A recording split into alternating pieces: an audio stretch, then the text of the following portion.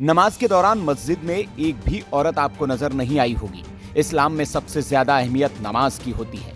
अगर औरतों का इस तरह से लोगों के सामने आना जायज होता तो उन्हें मस्जिद से नहीं रोका जाता, मस्जिद से रोक दिया गया, क्योंकि इस्लाम में औरत का एक मकाम है। जो लोग मुस्लिम महिलाओं को चुनावी मैदान में उतारते हैं वे इस्लाम से बगावत करते हैं। क्या कोई आदमी नहीं बचा है? हमारे मजहब में पुरुषों की कोई कमी नहीं है। मुस्लिम महिलाओं को लेकर यह बयान अहमदाबाद की जामा मस्जिद के शाही इमाम शब्बीर अहमद सिद्दीकी का है। इस बयान के बाद भारत के मुसलमानों में भी दो फाड़ हो गए हैं।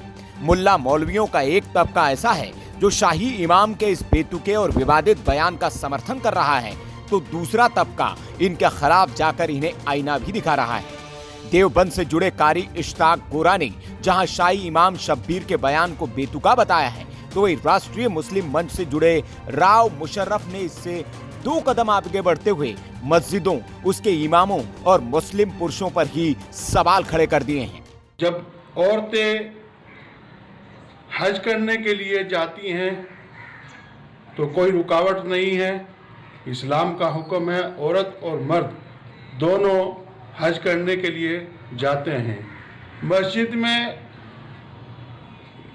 कोई पाबंदी नहीं है औरतों के लिए जाने के लिए।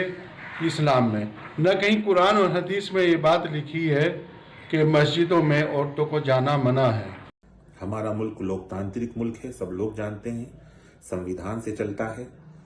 मैं समझता हूं कि इस तरह के बयानातों को किसी मौलाना या किसी इमाम के हाईलाइट करना दुरुस्त नहीं है। अगर किसी को शरीयत के हवाले से कुछ मालूमात करनी है या उस पर कुछ जानकारी लेनी है तो किसी के बयान पर नहीं बल्कि दारुल इफ्ता से लिखत में आप सवाल करें, उसका जवाब लें, दारुल इफ्ता से रुजू करें, उसके बाद ही उस चीज को करें। इसके अलावा दैनिक भास्कर की एक रिपोर्ट के मुताबिक राव मुशर्रफ ने यह भी कहा कि मुस्लिम महिलाओं ने मस्जिद में जाना इसलिए बंद कर दिया था क्योंकि मस्जिद के इमाम महिलाओं के साथ छेड़छाड़ करते थे और उनके चेले चपाटे महिलाओं के साथ बलात्कार करने का प्रयास करते थे।